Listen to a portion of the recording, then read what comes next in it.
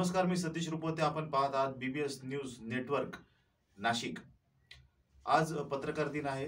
पत्रकार दिनाच्या सर्व पत्रकार बांधवांना हार्दिक शुभेच्छा. पुढील वाटचालीस पत्रकारांनी चांगलं काम करावं अशी अपेक्षा करतो आणि या मुलाखतीला सुरुवात करतो. माझ्यासोबत ज्येष्ठ पत्रकार, तिरंगाचे संपादक सुरेश बाबुराव निकुंभ आहेत. आपण त्यांना काही पत्रकारांच्या ज्या अडीअडचणी आहेत याबाबत त्यांच्याशी चर्चा करणार आहोत आणि पत्रकारिता कशी फोफवली आहे किंवा पत्रकारितेत जे अनावश्यक पत्रकार आहेत ते कसे घुसलेले आहेत याबाबत पण चर्चा करणार आहोत. नाशिकमध्ये प्रामुख्याने पाहिलं तर आज 4-5 सत्कार समारंभ पत्रकार संघांचे झाले. विविध पत्रकार संघटनेचे समारंभ झाले. त्या संघटनेमध्ये कोणत्या पत्रकारांना पुरस्कृत केलं, त्यांची काय पार्श्वभूमी आहे किंवा याबाबत आपण सविस्तर चर्चा करणार आहोत. आपल्यासोबत दैनिक तिरंगाचे संपादक सुरेश बाबुराव निकुंभ आहेत. भाऊ, पत्रकार दिनाच्या प्रामुख्याने सुरुवातीला आपल्याला शुभेच्छा. आपण पण पत्रकार आहात. धन्यवाद. गेल्या 40-42 वर्षापासून 45 वर्षापासून आपण नाशिकमध्ये पत्रकारिता करता. आपण अनेक वृत्तपत्र नाशिकमध्ये जन्माला घातले. कार्यकारी संपादक म्हणून काम केलं. तर आपल्या वेळेस म्हणजे त्या काळामध्ये साधारणपणे 80-90च्या दशकामध्ये पत्रकारिता कशी होती आणि पत्रकारांवरती समाजाचा किती विश्वास होता? मुळात पत्रकार संघटना तुम्ही जो उल्लेख केला 80च्या काळामध्ये किंवा 90च्या काळामध्ये, तेव्हा एक चंद्रलाल शाह यांचा प्रेस क्लब नाशिक आणि एक ग्रामीण पत्रकारांचा, शहरातल्या पत्रकारांचा जिल्हा पत्रकार संघ, अशा दोनच संघटना शहरांनी जिल्ह्यात अस्तित्वात होत्या. प्रेस क्लब काही पत्रकार दिनाचा कार्यक्रम घेत नसे. नाशिकात एकमेव जिल्हा पत्रकार संघाचाच कार्यक्रम होता. दुर्दैवाने त्याच्यात ठराविक लोकांचीच वतनदारी त्या जिल्हा पत्रकार संघात असायची. त्यातल्या त्यात एक प्रमुख बाब अशी असायची की त्या संघावर बरेचसे संपादक असायचे. कालांतराने त्या जिल्हा पत्रकार संघाचे संपादक बाजूला पडत गेले आणि बाकीच्यांचं वर्चस्व त्याच्यात वाढत गेलं. कालांतराने अनेक संघटना आल्या. नंतर वृत्तपत्र होते, मुंबईचे चॅनल्स आले, स्थानिक चॅनल्स आले, चॅनलच्याही नंतर संघटना निघाल्या. वेगवेगळे कार्यक्रम असे पत्रकार दिनाला, म्हणजे मुळात डझनभर तुम्ही एक कार्यक्रम, 2 कार्यक्रम, फार फार तर 3 कार्यक्रम शहरामध्ये ठीक आहे. तुम्ही एक डझनभर संघटना, त्याचे 2 डझन नेते, पुरस्कार देणाऱ्यांची लायकी काय, पुरस्कार घेणाऱ्यांना हे कळायला पाहिजे की आपण कोणाकडून पुरस्कार घेतो. आता कदाचित तुम्हाला म्हणजे काही मी सभ्य शब्द वापरतो की जे डान्स मारला जातात, डान्स करतात, पहाटे नाशकात परत येतात, हे सभ्य पत्रकार असतात, सभ्य संपादक. अशा संपादकांना टोचेल मी आता बोलतो ते. मध्यंतरी कोणीतरी चित्रपट तयार करायचा, नाटक तयार करायचा, तो स्वतःला हिरो समजायचा.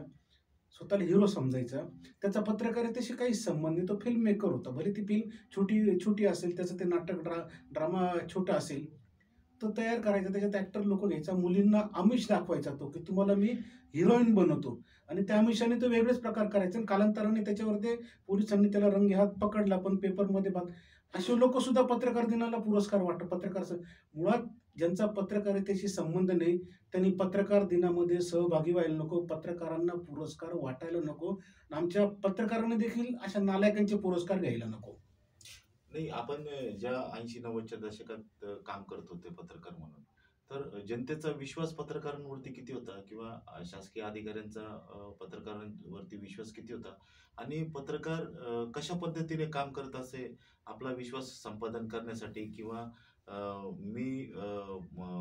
म्हणजे फक्त पत्रकार आहे, मी असा तोडीबाज वगैरे नाही, तर ती काय पद्धत होती किंवा ते फक्त वृत्तपत्र होते तेव्हा चॅनल नव्हते? मुळात तुम्ही हे लक्षात घ्या, तेव्हा मुंबईचे, पुण्याचे, कोल्हापूरचे वृत्तपत्र नाशकात आलेले नव्हते. गावकरी, देशदूत, सकाळ, रामभूमी, भ्रमर आणि एक सायंदैनिक संध्या. भ्रमरचंच एक सायंकाळचं वृत्तपत्र होतं, काहीतरी संध्या नावाने. हेच वृत्तपत्र होते. त्यामुळे पत्रकारही मर्यादित होते आणि पत्रकारांना शिस्त होता, वकूब होता. पत्रकारांना एक संपादकाची किंवा त्या वृत्तपत्राची भीती राहायची. त्यामुळे तो कार्यक्रम अतिशय चांगला व्हायचा. पत्रकार दिनाचा कार्यक्रम हे त्या दिवसाचं खूप मोठं वर्षभरातलं आकर्षण असायचं. त्याला पोलीस अधिकारी पण आवर्जून यायचे, शासकीय अधिकारी पण आवर्जून यायचे. अतिशय शिस्तबद्ध टाईमशीर तो कार्यक्रम व्हायचा. फार फार तर एखादा दुसऱ्या कोणीतरी लीडर असायचे. आजच्यासारखे 4 मंत्री, 4 आमदार, अनेक राजकीय लोक व्यासपीठावर तेव्हा नसायचे. नाही, मुळात पत्रकार दिनाला नेते किंवा राजकीय नेते हे असू नयेत, हे आपलं नेहमीचं धोरण आहे. आणि आपण जो पत्रकार संघाचा कार्यक्रम करायचो, त्या पत्रकार संघाच्या कार्यक्रमात प्रामुख्याने दैनिकाचे संपादक, पत्रकार आणि आपले जे ज्येष्ठ पत्रकार असतील तेच असायचे. माझा पुढे असं मी म्हणेल की पत्रकारांचा जो ॲक्रेडिशन किंवा पत्रकारांचं घरकुल आहे, हे प्रश्न आपले अजून प्रलंबित आहेत किंवा ॲक्रेडिशन पत्रकारांना मिळत नाही. त्याच्यासाठी खूप आपल्याला प्रयत्न करावा लागतो. त्याचा आपल्याला पहिल्यांदा प्रस्ताव तयार करावा लागतो. तो जिल्हा माहिती कार्यालयात द्यावा लागतो. मग ते मंत्रालयात जातं. मग मंत्रालयातून एक समिती असते, ती सही करते. म्हणजे खूप आपल्याला त्याच्यासाठी असं खूप संकटांना सामोरं जावं लागतं. तर आपण हे नियोजनबद्ध सरकारला आपण काय सांगणार आहोत, की आम्हाला जे ॲक्रेडिशन कार्ड आहे किंवा सदनिका आहेत, ती आम्हाला तुम्ही म्हणजे कमीत कमी कागदपत्रांमध्ये उपलब्ध करून द्या. याच्यासाठी आपण काही उपाययोजना नियोजन करणार आहोत का? हे बघा, आता आपण दोन्ही योग्य अयोग्य दोन्ही बाजू तपासू. शैलेंद्र तनपुरे असतील, किरण अग्रवाल असेल, सुधीर कोणतो डोमकावळा असेल, मी यांना संपादक मानत नाही. अभिजित कुलकर्णी असतील, क्लिनी मेजर मिलिंद सदगुरे असतील, चंदुलाल शाह असेल, मी यांना संपादक मानतो. प्रत्येक संपादकाकडे त्यांची जी एक संपादकांची टोळी झाली आहे, त्यांचे जे चट्टेपट्टे, त्यांच्याकडे ॲकेडेशन्स हे संपादकाच्या पत्राशिवाय, सहीशिवाय तुम्हाला मिळत नाही. संपादकांनी स्वतःला घर ते 1-1 लाख रुपये पगार आहे, एसी कॅबिन आहे, 4 व्हीलर आहे, बंगला आहे. तरी यांनी, आता तुम्हाला सांगायला आश्चर्य वाटेल, कोणीतरी एक टेनी नाव बदल तुम्ही त्याला, दाढीवाला टेनी, का जो सार्वजनिक वाचनालयामध्ये पण पदाधिकारी आहे.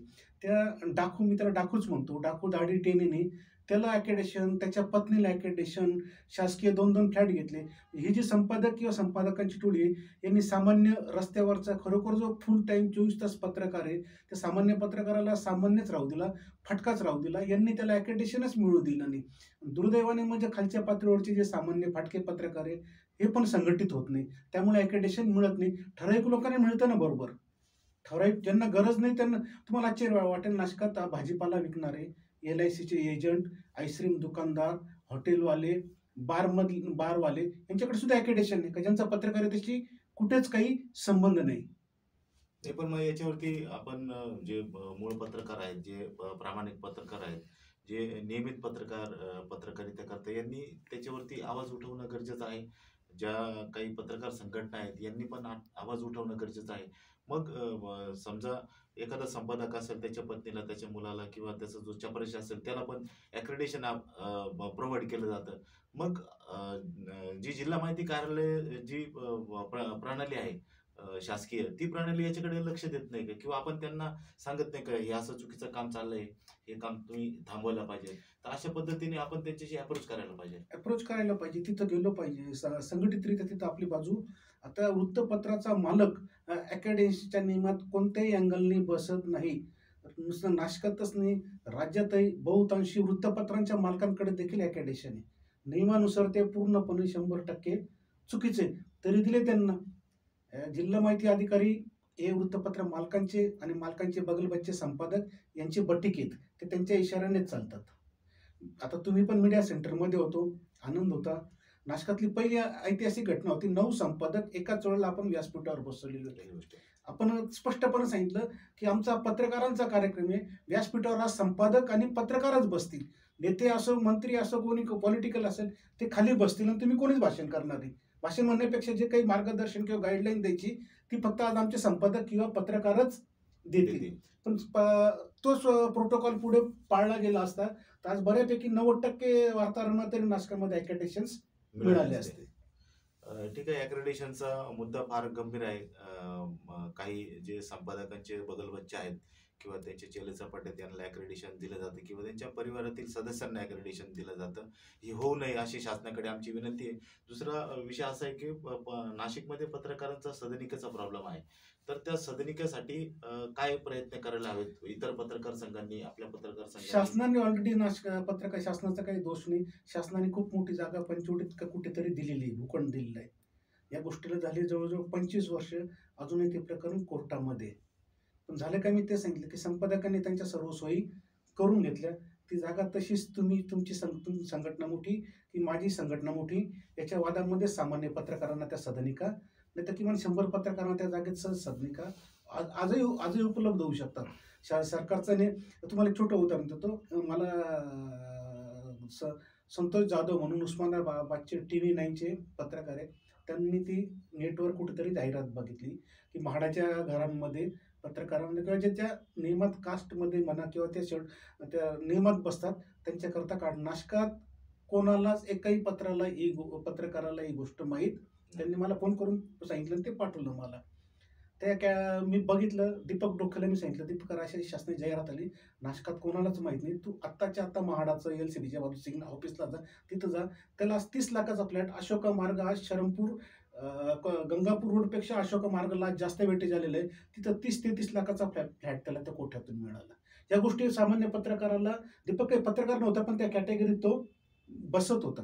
दीपकला मिळाला तर अजून 2-3 पत्रकारांनाही मिळाला असता जर त्यांच्या संपादकांनी, तुम्ही, आम्ही किंवा आपल्या संघटनांनी गेलो असतो की या नियमामध्ये आमचे पत्रकार बसतायत यांना द्या. तुम्हाला एक छोटंसं उदाहरण देतो मी. मीडिया सेंटरमध्ये पेट्रोल पंप संघटनेचे लोक आले होते. त्यांनी बक्षीस ठेवलेलं होतं, जो पेट्रोल इतकं घेईल या आठवड्यामध्ये आम्ही चिठ्ठ्या काढू, त्याला सोन्याचं आम्ही काहीतरी कॉईन देऊ. त्या आठवड्यात ज्यांनी पेट्रोल घेतले, ज्याची चिठ्ठी निघेल त्यांना. मी त्यांना प्रश्न केला, याच्यात तुमचा फायदा, याच्यात आमच्या पत्रकारांचं काय? याच्यात ते नाही, एवढ्या पत्रकारांना देणं शक्य नाही आणि जर कोणाला दिलं तर बाकीचे नाराज होते. मी म्हटलं करा रे, बोटवरती करा. आमच्या ज्याही पत्रकाराची चिठ्ठी निघेल त्याला ते एकालाच द्या तुम्ही. आम्ही समजू त्याला एकाला नाही, ते कॉईन आम्हाला सोन्याचं सर्वांनी मिळालं. लगेच तेव्हा नंतर नाही म्हटलं, आत्ताच. नंतर तुम्ही एकदा बातम्या छापून आल्या, तुमची गरज संपेल, तुम्ही आत्ताच. त्याच ऑन दी स्पॉट चिठ्ठ्या टाकल्या. त्यांच्या विश्वास मदानांची चिठ्ठी निघाली, त्यांना सोन्याचं कॉईन दिलं. आणि काय म्हणाली, आम्ही समजू की ती आम्हाला पण मिळाली. दुर्दैवाने पत्रकार या भूमिकेतून वैचारिकताच करत नाही. एक मिनिट, काय मला कळलं. एक प्रश्न घेतो आधी. ठीक आहे, आपली चर्चा अशीच पुढे राहील.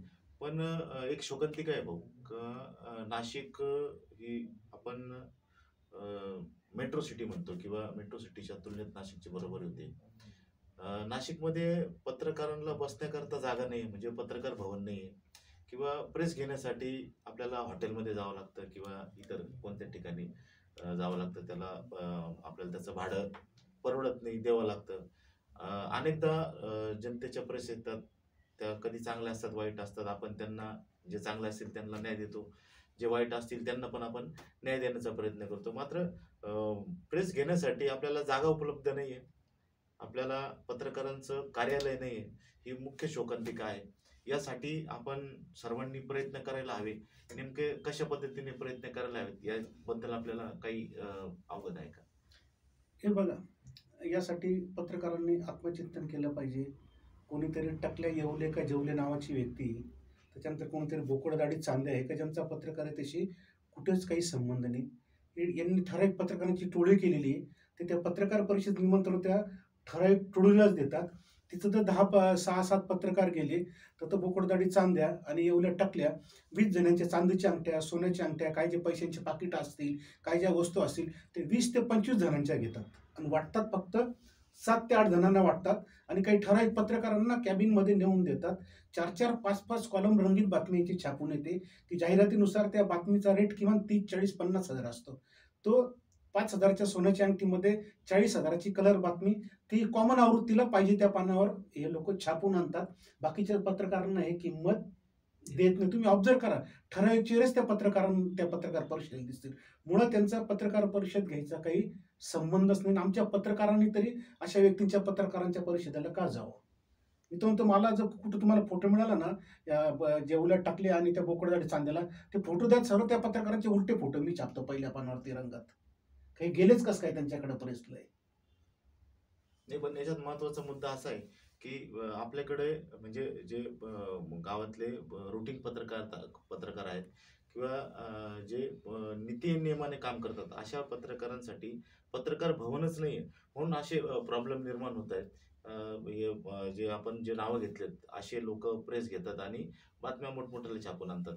मात्र आपल्याला या नाशिकमध्ये एक पत्रकारांचं कार्यालय असावं अशी सर्व पत्रकारांची अपेक्षा आहे. तर याच्यासाठी आपण काही नियोजन करायला पाहिजे. केलं ना, पालिकेने महाराष्ट्रातली पहिली पत्रकार संघटना अशी होती नाशिकची, राज्यातली पहिली पत्रकार संघटना मीडिया सेंटर अशी होती जिच्या अध्यक्षासाठी पालिकेने शोरूम स्कॉर्पिओ गाडी मंजूर केली होती.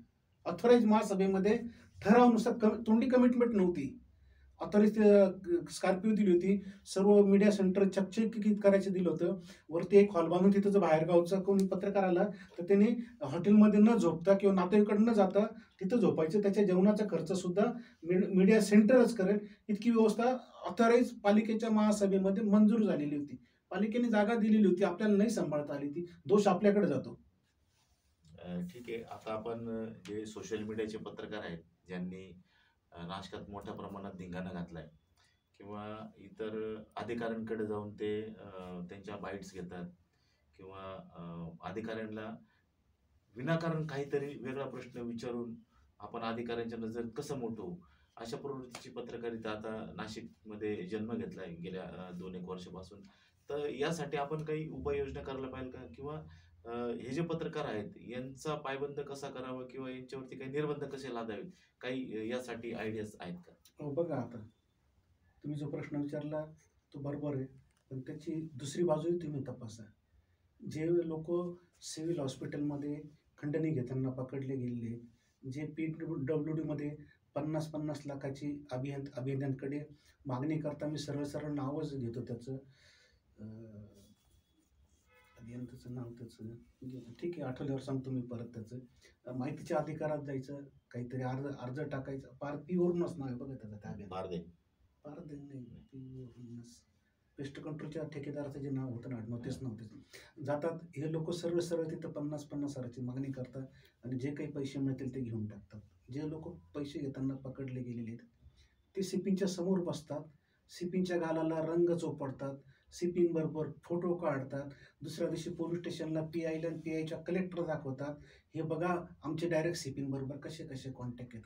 तो बिचारा त्या कलेक्टरला सांगतो, बाबा याचं काय असेल ते बघ, लाज वाटायला पाहिजे आम्हाला पत्रकार म्हणून. आम्ही सिपींचे फोटो दाखवून गाडीचे पेट्रोल किंवा गाडीच्या टँकरची काय म्हणतात नवीन आले ते LP काय ते आम्ही गॅस फुल करून घेतो.